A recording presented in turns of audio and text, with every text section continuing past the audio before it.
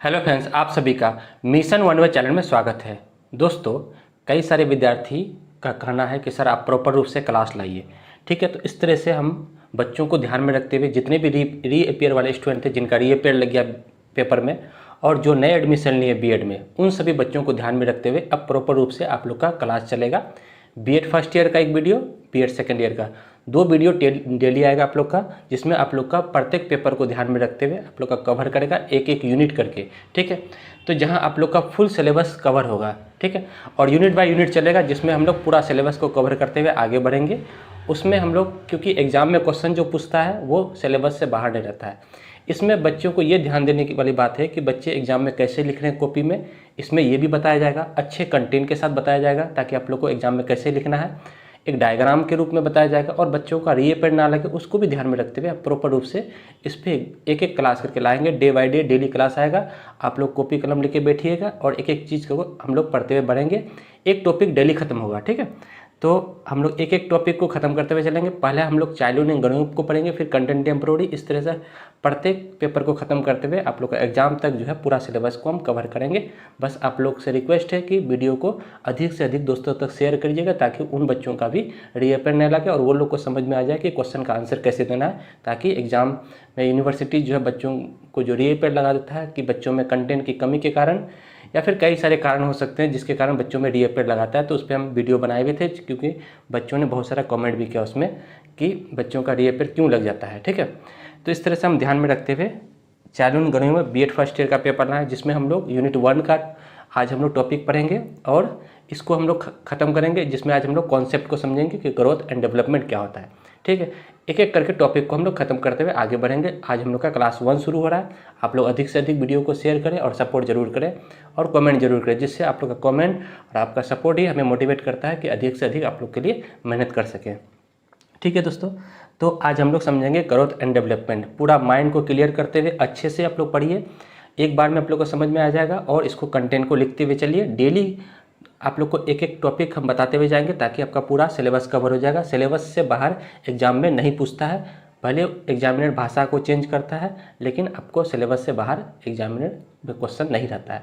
ठीक है, तो इसलिए आप लोग ध्यान में रखते हुए फुल सिलेबस को कवर करेंगे। डेली आप लोग का एक एक पेपर के जो है हम लोग का डेली आप लोग का एक एक टॉपिक करते हुए हम आगे बढ़ेंगे। ठीक है दोस्तों, आइए शुरू करते हैं। आज हम लोग शुरू करेंगे ग्रोथ एंड डेवलपमेंट, जो कि childhood and growing up BEd first year का सबसे पहला टॉपिक यूनिट 1 का ही है। ठीक है, इसमें हम लोग आज पढ़ेंगे कॉन्सेप्ट, फिर अगले क्लास में हम लोग प्रिंसिपल को पढ़ेंगे यानी सिद्धांत, फिर हम लोग फैक्टर यानी कारक को पढ़ेंगे और स्टेजेस यानी अवस्थाओं को पढ़ेंगे।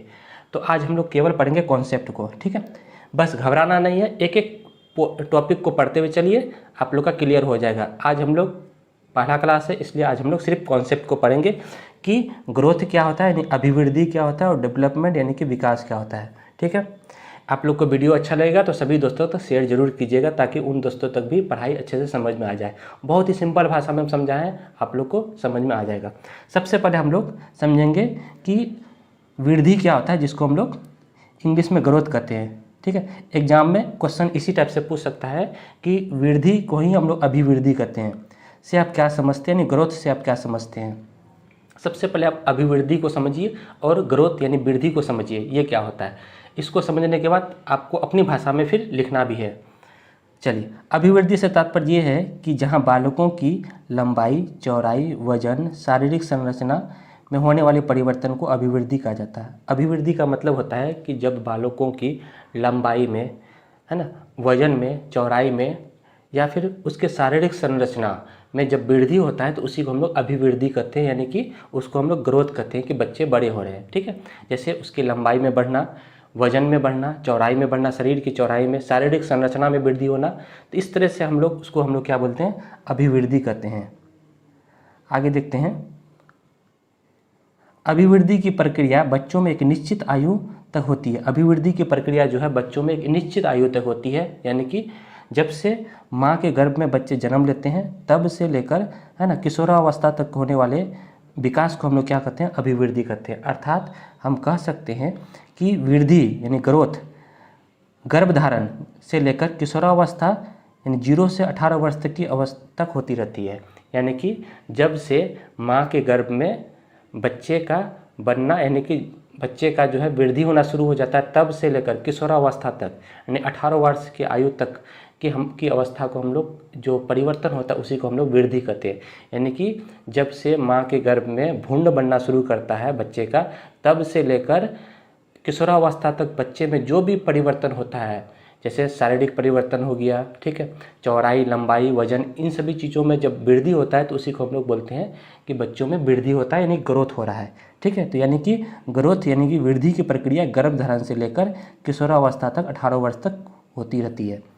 अभिवृद्धि के द्वारा बच्चों के शारीरिक पहलुओं में विकास होता है। शारीरिक पहलुओं में विकास होता है। अभिवृद्धि के द्वारा बच्चों के शारीरिक पहलुओं में विकास होता है। अभिवृद्धि के द्वारा बच्चों के शारीरिक पहलू का मतलब बच्चों की लंबाई, चौड़ाई, ऊंचाई, वजन, इन सभी पहलुओं को हम लोग शारीरिक पहलू कहते हैं, फिजिकल एस्पेक्ट्स कहते हैं। इन सभी में जो परिवर्तन होता है उसी को हम लोग अभिवृद्धि कहते हैं। इस प्रकार के बच्चों में होने वाले परिवर्तन को परिमाणात्मक परिवर्तन यानी क्वालिटेटिव चेंजिंग कहते हैं। यानी इस तरह से बच्चों में जो परिवर्तन होता है उसको हम लोग क्वालिटेटिव यानी परिमाणात्मक परिवर्तन कहते हैं। याद रखिएगा, अभिवृद्धि में होने वाले परिवर्तन बच्चों के द्वारा बच्चों की लंबाई, चौड़ाई, वजन, शारीरिक पहलुओं में होने वाले परिवर्तन को हम लोग परिमाणात्मक परिवर्तन कहते हैं, जिसको हम लोग इंग्लिश में क्वालिटेटिव चेंजिंग कहते हैं। ठीक है, अतः हम कह सकते हैं कि बच्चों में बड़े होने के साथ आकार, लंबाई, चौड़ाई तथा भार आदि में होने वाले परिवर्तन को अभिवृद्धि कहता है। यानी कि अतः हम कह सकते हैं कि बच्चों में बड़े होने के साथ उसके आकार में हो, लंबाई में हो, चौड़ाई में हो या भार में होने वाले परिवर्तन को हम लोग अभिवृद्धि कहते हैं। तो इस तरह से हम लोग अभिवृद्धि को देखें कि अभिवृद्धि क्या होता है। अभिवृद्धि का मतलब होता है कि बच्चों की लंबाई, बच्चों की चौड़ाई, है ना, वजन, भार, इन सभी चीज़ों में होने वाले परिवर्तन को हम लोग क्या कहते हैं, अभिवृद्धि कहते हैं, यानी कि ग्रोथ कहते हैं। तो यहाँ पर हम लोग वृद्धि को समझ में आ गया। ठीक है, तो वृद्धि के बारे में इस तरह से आप लोग एग्जाम में लिख सकते हैं कि अभिवृद्धि क्या होता है। अब हम लोग समझेंगे विकास। ठीक है, तो अभिवृद्धि समझ में आ गया यहाँ तक। अब हम लोग समझेंगे विकास। ठीक है, डेवलपमेंट से आप क्या समझते हैं, अभिवृद्धि और विकास, इसका आज हम लोग कॉन्सेप्ट को समझेंगे, नहीं अर्थ को समझ रहे हैं सिर्फ। विकास का अर्थ होता है, विकास से तात्पर्य यह है कि बच्चों में शारीरिक, मानसिक, नैतिक, चारित्रिक, सामाजिक, सामाजिक एवं बौद्धिक क्षेत्रों में होने वाले परिवर्तन को हम लोग विकास कहते हैं। देखिए, विकास का मतलब होता है कि जब बच्चों में शारीरिक, फिजिकल, मानसिक, मेंटल डेवलपमेंट, नैतिक विकास यानी कि मोरल डेवलपमेंट, चारित्रिक यानी कि उसका कॉग्निटिव डेवलपमेंट, ठीक है, सामाजिक का मतलब इमोशनल डेवलपमेंट, सामाजिक सोशल डेवलपमेंट, और बौद्धिक यानी कि हुआ उसका मेंटल डेवलपमेंट। यानी बच्चों में जब सामाजिक विकास, शारीरिक विकास, ठीक है, बौद्धिक विकास और सामाजिक विकास होता हो तो उस तरह के विकास को हम लोग डेवलपमेंट करते हैं, उसको हम लोग विकास करते हैं। ठीक है, तो इन क्षेत्रों में बच्चों में क्या होता है, विकास होता है। अर्थात विकास एक ऐसी प्रक्रिया है जो जीवन भर चलती रहती है। विकास एक प्रक्रिया है, ऐसी प्रक्रिया है जो जीवन भर चलती रहती है।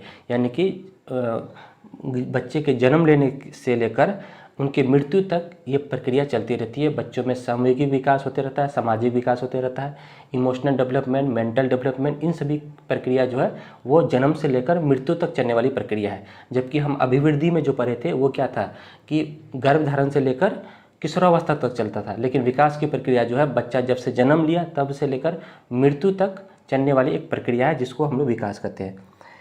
गर्भधारण से लेकर ये मृत्यु तक चलने वाली एक प्रक्रिया है कौन, विकास। विकास की प्रक्रिया सतत चलती रहती है। विकास की प्रक्रिया क्या है, एक सतत चलने वाली प्रक्रिया, एक कंटिन्यूअस चलने वाली प्रक्रिया। जैसे जैसे बच्चे बड़े होते हैं उनका सामाजिक विकास होता है, जैसे जैसे बच्चे बड़े होते हैं उनका सामाजिक विकास होता है, जैसे जैसे बच्चे बड़े होते हैं उनका मानसिक विकास होता है, जैसे जैसे बच्चे बड़े होते हैं उनका नैतिक विकास बढ़ते जाता है। तो ये प्रक्रिया जो है एक क्या होता है कि प्रेगनेंसी यानी गर्भधारण से लेकर उनकी मृत्यु तक होने वाली एक प्रक्रिया जिसे हम लोग विकास कहते हैं।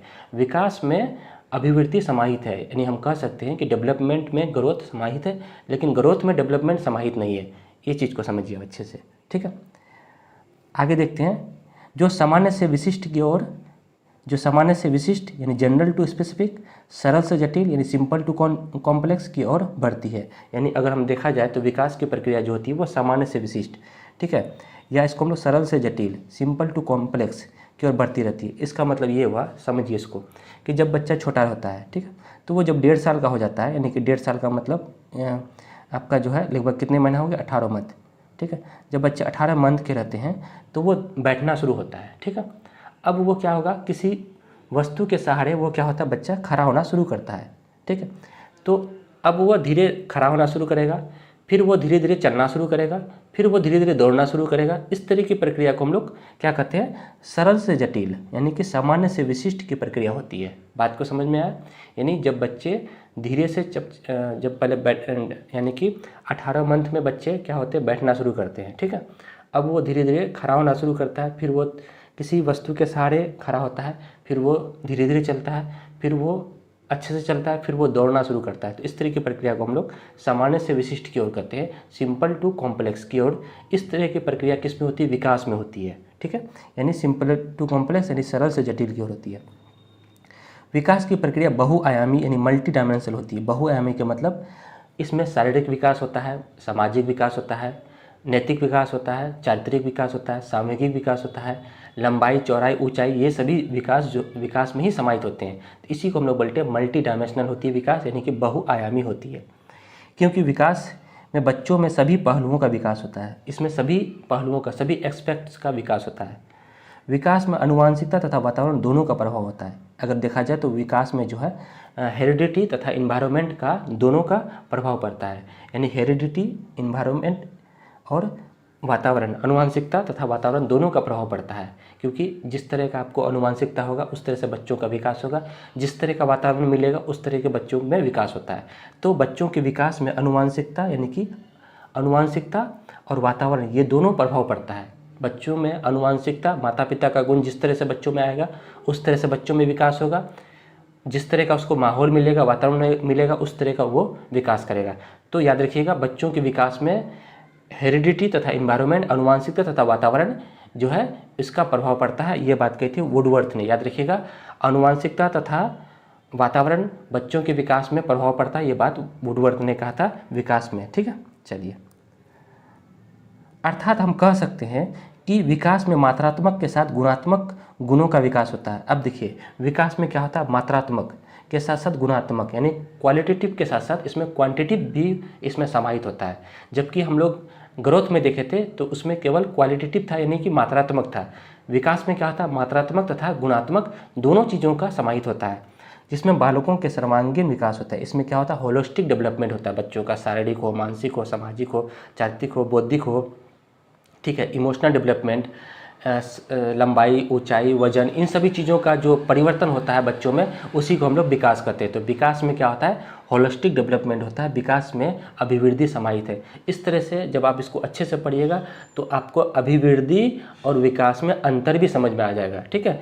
तो आप इसको पढ़िएगा तो अंतर भी आप अपने से लिख लीजिएगा। एग्जाम में कभी कोई पूछता भी है कि अभिवृद्धि और विकास में अंतर को लिखे, तो आप इस तरह से इसको पढ़ने के बाद अपने से अंतर भी बना पाइएगा। तो आप चीज़ों को समझिए, सरल भाषा में यहाँ बताया जाता है, तो आप अपने हिसाब से भी इसको अच्छे भाषा में लिख सकते हैं, ठीक है।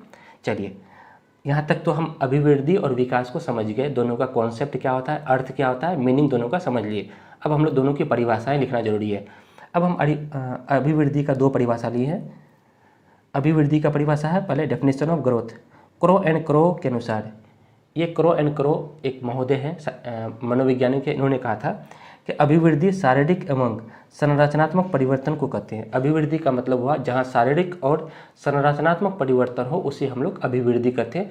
बहुत सिंपल परिभाषा है, इसको आप लोग एग्जाम में ऐसे लिखिएगा, ब्लैक पेन से मनोवैज्ञानिक का नाम, फिर यहाँ पे एक इन्वर्टेड कोमा, फिर यहाँ पे दो इन्वर्टेड कोमा से शुरू कीजिएगा, फिर यहाँ पे ब्लू पेन से इसको लिखिएगा, अभिवृद्धि शारीरिक एवं संरचनात्मक परिवर्तन को कहते हैं, पूर्ण विराम देना है, फिर दो इन्वर्टेड कोमा से बंद कर देना है। तो इस तरह से आप जब लिखिएगा एग्जाम में तो कभी आपको रीअपेयर नहीं लगाएगा। इस तरह से आप परिभाषा बना के लिखिएगा, ब्लैक पेन से मनोवैज्ञानिक का नाम 1 नंबर दे के लिखिए, फिर उसके बाद ये कोमा से बंद कीजिए, फिर कोमा शुरू कीजिए, फिर इस तरह से कोमा दे के बंद कीजिए, आप परिभाषा को लिखिए, कभी आपको रीअपेयर नहीं लगाएगा, कभी कोई दिक्कत नहीं होगा, ठीक है।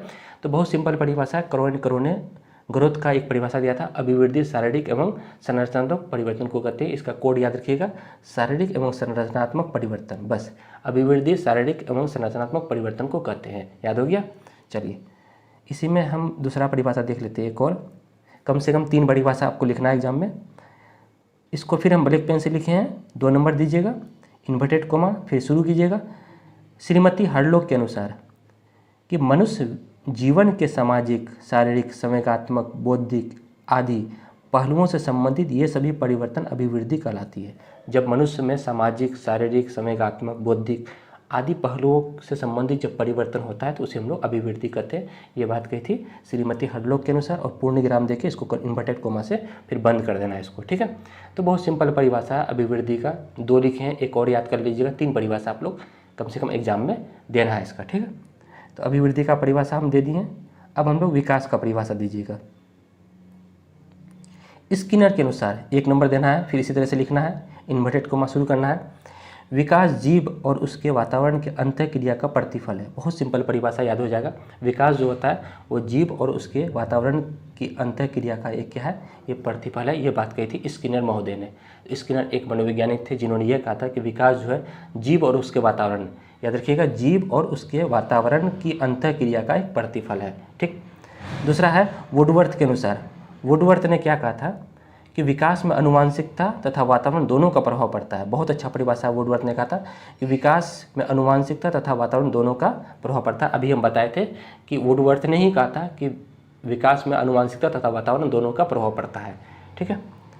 तीसरा है सोरेनसन के अनुसार, 3 परिभाषा इसमें ली है।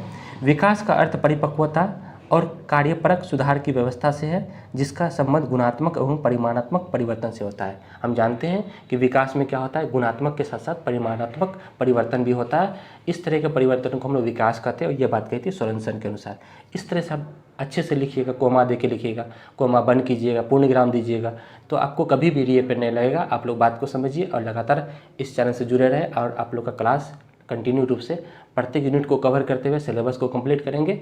चाइल्डहुड गवर्निंग खत्म होगा, फिर नया कंटेम्प्रेरी में फिर आगे बढ़ेंगे हम लोग। तो एक एक टॉपिक करके आज हम लोग सिर्फ वृद्धि और विकास को अर्थ पढ़े, पहला क्लास था, आज हम लोग यहीं खत्म करते हैं। फिर हम लोग अगले क्लास में हम लोग इसका प्रिंसिपल को देखेंगे, फैक्टर को देखेंगे, फिर स्टेज को देखेंगे, ठीक है दोस्तों। वीडियो अच्छा लग रहा है तो लाइक जरूर करना है, कमेंट जरूर कीजिएगा और सभी दोस्तों को शेयर कीजिएगा। जिन लोगों को इनका व्हाट्सएप जिन लोगों को फर्स्ट ईयर का नोट चाहिए तो आप लोग प्लीज़ जो है इस नंबर पर कांटेक्ट कर सकते हैं, जहां ये मेरा व्हाट्सएप नंबर है 7549773631। इस नंबर पर आप लोग व्हाट्सएप करके आप लोग जो है फर्स्ट ईयर या सेकंड ईयर का जिनका नोट्स लेना चाहते हैं आप लोग ले सकते हैं, ठीक है। या फिर आप लोग यूट्यूब के चैनल माध्यम से पढ़ना चाहते हैं तो क्लास बाय क्लास डेली आएगा, जो एग्जाम तक आप लोग का कवर हो जाएगा, ठीक है दोस्तों। फिर हम लोग नए वीडियो में नए टॉपिक के साथ मिलेंगे, तब तक के लिए धन्यवाद।